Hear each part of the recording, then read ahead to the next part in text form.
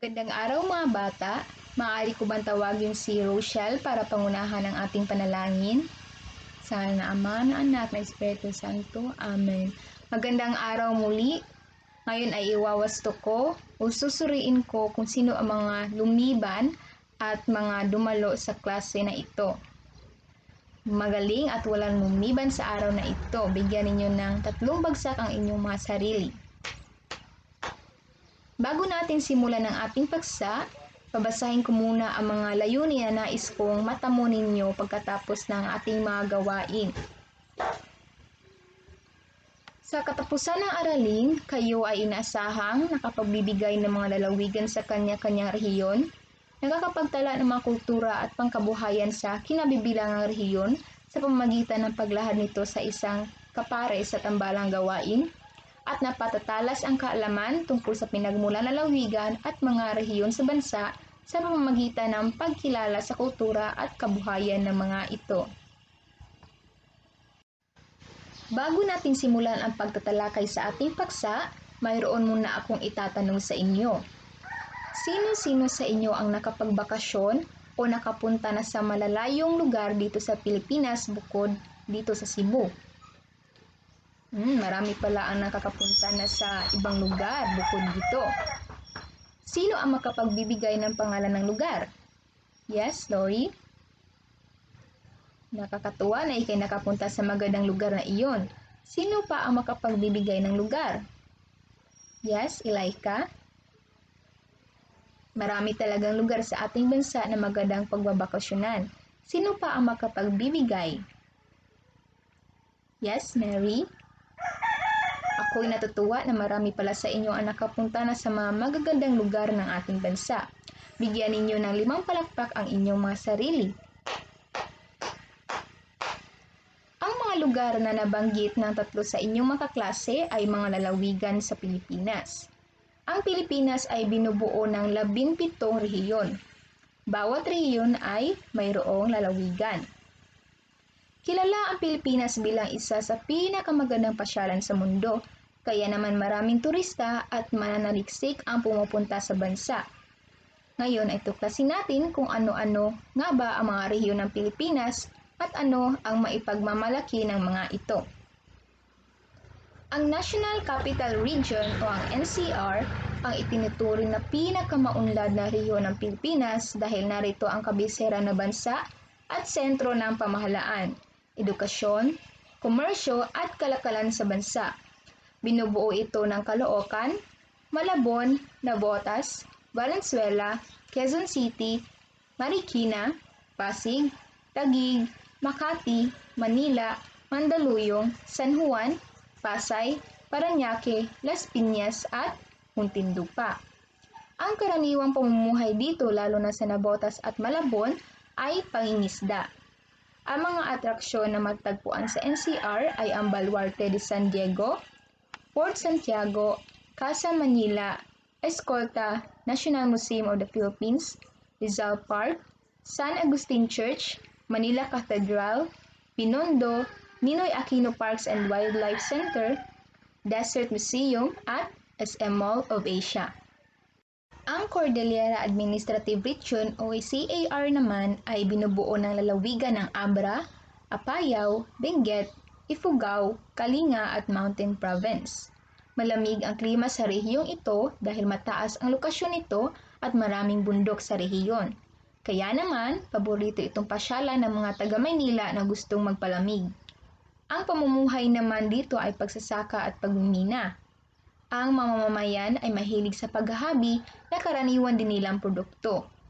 Ang mga atraksyon na matatagpuan sa CAR ay ang Banawi Rice Terraces, Mines View Park, Burnham Park, Strawberry Farms in La Trinidad, Good Shepherd Convent, Baguio Cathedral, Echo Valley Hanging Coffins, Sagada Rice Terraces, Bumudok Falls, Bokong Falls, Samagig Cave, Marlboro Hills, Mount Kiltepan Viewpoint at Blue Soil Hills. Ang Region 1 o ang Ilocos Region naman ay mula sa salitang look o dalampasigang patag at mababan at tinitirahan ng mga mamamayan. Ang rehiyon na ito ay binubuo ng mga probinsya na Ilocos Norte, Ilocos Sur, La Union at Pangasinan. Mainit ang klima sa lugar na ito lalo na sa mga bahagi na malapit sa mga dalampasigan. Mga produkto sa rehiyong ito ay palay, mais, bawang, halamang ugat, tabako at ibang prutas at gulay. Ang Ilocos Norte na isa sa lalawigan sa rehiyong ito ay nagdiriwang din ng Empanada Festival. Ang mga atraksyon na matatagpuan sa Ilocos Region ay Calle Crisologo, Vigan City, Pater Beach, 100 Islands National Park, San Juan La Union, Bantay Church Bell Tower, Baluarte Resort and Mini Zoo, Santa Maria Church, Pagudpod at Bangi Windmills. Kung ang lokasyon ng Pilipinas sa globo ay nasa Timog Silangan, ang Region 2 o Cagayan Valley naman ay matatagpuan sa hilagang silangan ng bansa. Binubuo ito ng mga probinsya ng Batanes, Cagayan, Isabela, Nueva Vizcaya at Quirino. Mainit din ang klima sa rehiyon na ito maliban sa mga lugar na malapit sa bulubundukin. Ang probinsya ng Batanes ay kilala bilang daanan ng bagyo sa Pilipinas. Marami sa mga naninirahan sa Region 2 ay mga dayuhan mula sa mga kalapit na mga rehiyon. Matatagpuan dito ang mga Tagalog at Ilocanong naaakit lumipat dahil sa saganang troso. Pagsasaka rin ang karaniwang hanapbuhay sa rehiyong ito.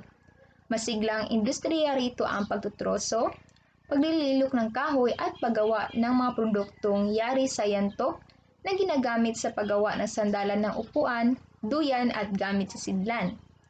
Ang mga atraksyon na matatagpuan sa Rehiyon 2 o Cagayan Valley ay ang Raku-A Payaman, Palawi Island, Taguig Lighthouse, Cape Engano Lighthouse, Crocodile Island, Calao Cave, Tugigaraw Cathedral, Balugan Boulder Beach, Angie Beach at St. Matthias Church. Ang Rehiyon 3 o Central Luzon ay binubuo ng mga probinsya ng Aurora, Bataan, Bulacan, Nueva Ecija, Pampanga, Tarlac at Zambales. Malawak ang kapatagan sa rehiyon na pinatataba ng mga ilog at dam, kaya mainam ang pagtanim ng palay rito. Dahil dito, nagmumula ang malaking produksyon ng bigas sa bansa. Tinagurian ang Central Luzon bilang banga ng bigas ng bayan at ang kamalig ng palay ng Pilipinas. Ang mga atraksyon na matatagpuan sa rehiyon ay ang Anawangin Cove, Mount Pinatubo, Liuliwa Beach, Nagsasa Cove, Capones Island, Camara Island, Subic Beach, Putiput Island, Magalawa Island, Talisayan Cove, Barasoain Church, at ang lalawigan naman ng Cavite, Laguna, Batangas, Rizal at Quezon Province ay ang mga lalawigan sa Region 4A o ang Calabarzon. Dito matatagpuan ang pinakamalaking lawa sa buong Pilipinas, ang Laguna de Bay. Sagana sa likas na yaman ang rehiyong 4A at mabundok at maraming dalampasigan sa rehiyong ito. Kaya, sikat itong destinasyon para sa mga bakasyonista. Ang mga atraksyon na matatagpuan sa rehiyon ay ang Tagaytay, Fortune Island, Laya Beach, Anilaw, Masasa Beach, Hinulugang Taktak, Pinto Art Museum, Masunggi Georeserve, Daranak Falls, Batlag Falls, Tinipak River, Treasure Mountain, Seven Lakes, Batu Springs, Pagsanhan Falls, Enchanted Kingdom at Nuvali Park. Ang Region 4B o Mimaropa naman ay isa sa mga rehiyon ng Pilipinas na binayayaan ng nagagandahang likas na yaman tulad ng mga dalampasigan, bundok, karagatan, lagoon at marami pang iba. Binubuo ito ng mga probinsya ng Marinduque, Occidental Mindoro, Oriental Mindoro, Palawan at Romblon. Ang mga atraksyon na matatagpuan sa rehiyon na ito ay ang Puerto Princesa, Subterranean River National Park, Cowrie Island, Nagtabon Beach, Shimizu Island, Secret Lagoon, Las Cabanas Beach, Seven Commandos Beach, Nakpan Beach, Big and Small Lagoon, Kayangan Lake, Twin Lagoons, Barracuda Lake, Malcapuya Island, Coral Garden, Puerto Galera at ang Sibuyan Island. Binubuo ng mga probinsya ng Albay, Camarines Norte, Camarines Sur, Catanduanes, Masbate at Sorsogon ang Region 5 o Bicol Region. Dito matatagpuan ang ilan sa mga magagandang dalampasigan sa Pilipinas at ang pinakamaganda at pinakasikat na bulkan sa bansa na Mayon Volcano. Pagsasaka o pagtatanim, pangingisda, pagmimina at paggawa ng mga produkto na yari sa yantok at kawayan ang karaniwang hanapbuhay dito. Ang mga atraksyon na matatagpuan sa rehiyon ay ang Mayon Volcano, Calaguas Island, Caramuan Island, Cagsawar Winds, Daragal Church, Donsol, Lignon Hill Nature Park, Subic Beach sa Sorsogon, Peña Francia Basilica Minor, Talisoy Beach, at ang Binurong Point. Kilala naman bilang rehiyon ng asukal ang Region 6 o Western Visayas na isa sa mga lokasyon ng Pilipinas na may pinakamalaking produksyon ng asukal.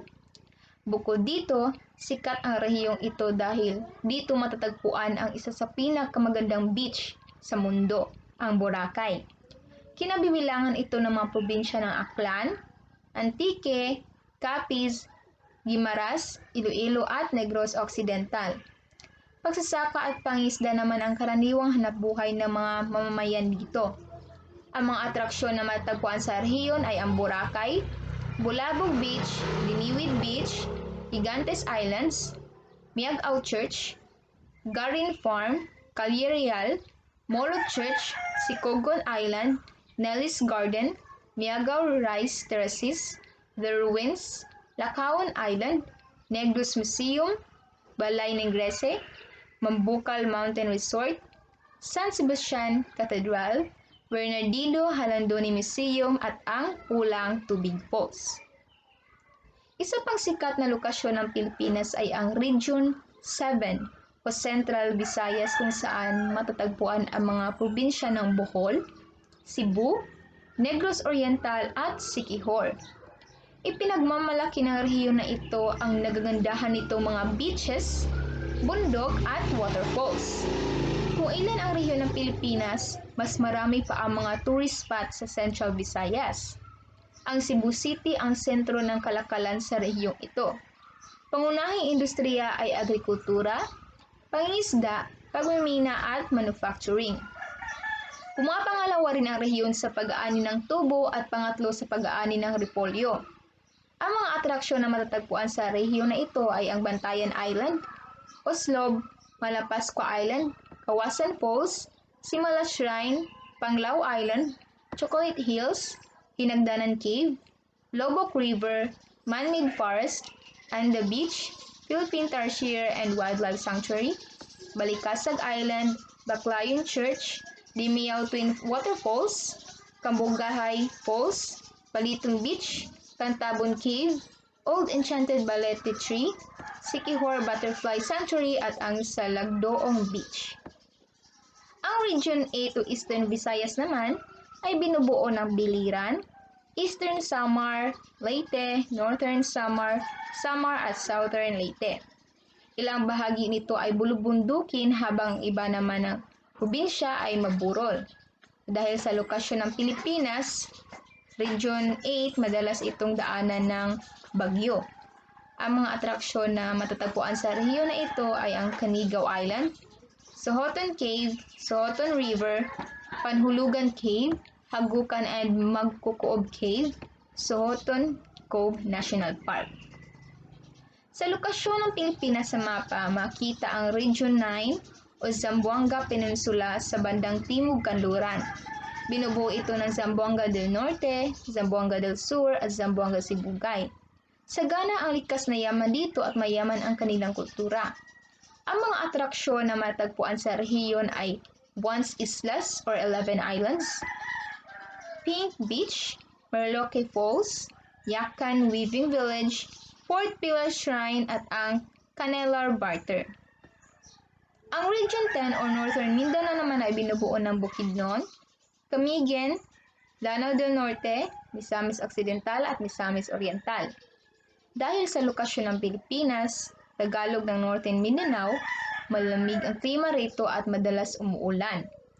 Ang mga atraksyon na matatagpuan sa rehiyon ay ang Tinago Falls, White Island Camiguin, Mantigi Island Nature Park, Sunken Cemetery, Tuasan Falls, Burias Shoal, Treasures Camiguin, at Ardent Hibok-Hibok Hot Spring. Makasagana ang lupaing taniman, kabundukan, kagubatan at karagatan sa rehiyong ito. Ang Region 11 o Davao Region na binubuo ng Davao de Oro, Davao del Norte, Davao del Sur, Davao Occidental at Davao Oriental. Dahil sa ganda ng lokasyon ng Pilipinas na Davao Region, pagsasaka ang pangunahin bilang kabuhayan sa rehiyon. Ang mga atraksyon na matagpuan sa rehiyon ay Mount Hamiguitan Range, Wildlife Sanctuary, Highland Garden City of Samal, Aliwagwag Falls, Cape of San Agustin, Lake Carolina, The Hican Beach, Crocodile Park, Philippine Eagle Center, Mount Apo at San Victor Island. Sa ilang rehiyon ng Pilipinas, Soxcargen ang isa sa may pinakamayamang kultura mula musika hanggang sa paghahabi. Dahilan ito para sila maging isang sikat na atraksyon sa bansa. Binubuo ang Soxcargen ng Cotabato, Sarangani, South Cotabato at Sultan Kudarat. Ang mga atraksyon na matagpuan sa rehiyon ay Asik-Asik Falls, Suralia Cultural Landmark, General Santos City, Sarangani Island, Lake Cebu at Dahican Beach. Kilala rin ang Region 13 o Caraga dahil sa magandang beach at lagoon doon. Mula Agusan hanggang Siargao, maraming turista ang nahumaling sa ganda kaya naman marami ang naghahanap kung ano ang absolute lokasyon ng Pilipinas. Ang rehiyong ito ay binubuo ng Agusan del Norte, Agusan del Sur, Dinagat Islands, Surigao del Norte at Surigao del Sur. Ang mga atraksyon na matagpuan sa rehiyon ay Cloud9 Siargao, Magpupungko Rock Pools, Naked Island, Guyam Island, Daco Island, Sugba Lagoon at Maasin River. Kabilang na rin dito ang Hinatuan Enchanted River. Ang Bangsamoro Autonomous Region in Muslim Mindanao o ang BARMM ay binubuo ng mga probinsya ng Basilan, Lanao del Sur, Maguindanao, Sulu at Tawi-Tawi. Dito sa lokasyon ng Pilipinas ay may malaking komunidad ng mga Muslim. Ang mga atraksyon na matatagpuan sa rehiyon ay Tubataha Reef, National Marine Park, Bangas Island, Pala River, Manisan Beach, Malamawi Island Viewpoint, Bukol Falls o Kabunbata Waterfall, Panampangan Island at ang Bad Bongaw Peak. Iyon ang 17 rehiyon sa Pilipinas na mayroong iba't ibang lalawigan at mga atraksyon. Ngayong natalakay na natin ang mga lalawigan sa iba't ibang rehiyon, mayroon ba kayong mga katanungan? Kung wala ay magkakaroon tayo ng tambalang gawain sa puntong ito. Nais kong ibahagi ninyo sa inyong katabi ang kultura at kabuhayan sa inyong kinabibilangang rehiyon nang sa gayoy mas makilala ninyo ang pinanggalingan ng isa't isa. Dahil ngayon nandito tayo sa ating Google Meet, ang inyong katabing pangalan ang inyong kapare sa tambalang gawain na ito. Maaari rin ninyong ibahagi ang mga kultura at kabuhayan sa lalawigang inyong napuntahan. Bibigyan ko kayo ng 10 minuto sa pagbabahagi. Pagkatapos ng oras, tatawag ako ng 5 pares na magbabahagi ng natutunan mula sa inyong katambal sa buong klase. Pwede kayong mag-out muna sa ating meet at pagkatapos ng 10 minuto, babalik kayo rito para magbahagi sa klase dahil pipili ako ng 5 pares. Sa aktibidad na ito, maaari nyo i-chat ang inyong katambal sa gawain na ito para mabahagi ang kabuhayan at kultura ng mga pinanggalingang lalawigan. Meron ba kayong katanungan tungkol sa ating tambalang gawain? Kung wala, maaari na kayo munang mag-out o mag-mute na lang kayo at i-chat nyo ang inyong katambal sa gawain na ito.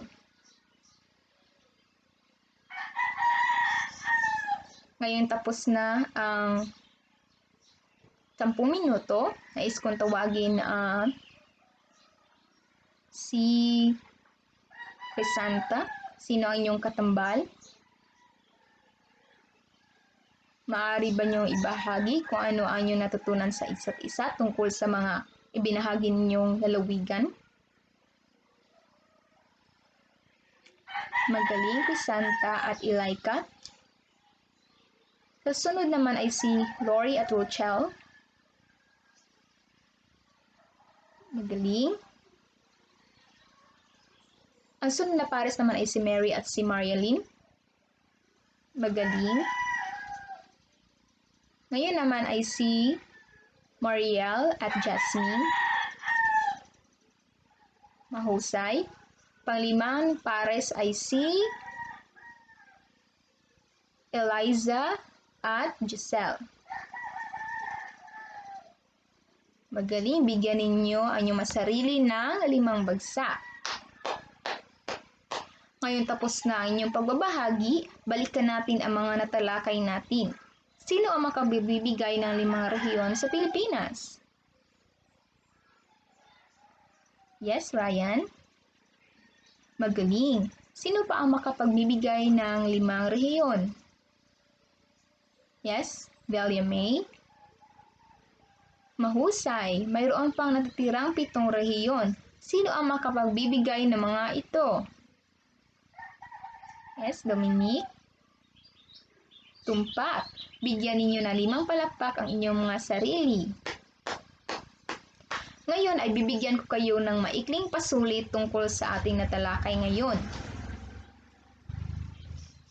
Ito ang panuto. Itugma ang mga lalawigan sa hanay A sa kinabibilangang rehiyon sa hanay B. Isulat ang tamang letra sa patlang na nasa kaliwang bahagi ng bawat numero.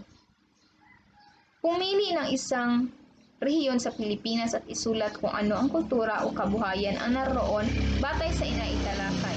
Bumuo ng talata na mayroong 3 to 5 na pangungusap. Again, babasahin ko ang panuto sa ating test A sa pasulit.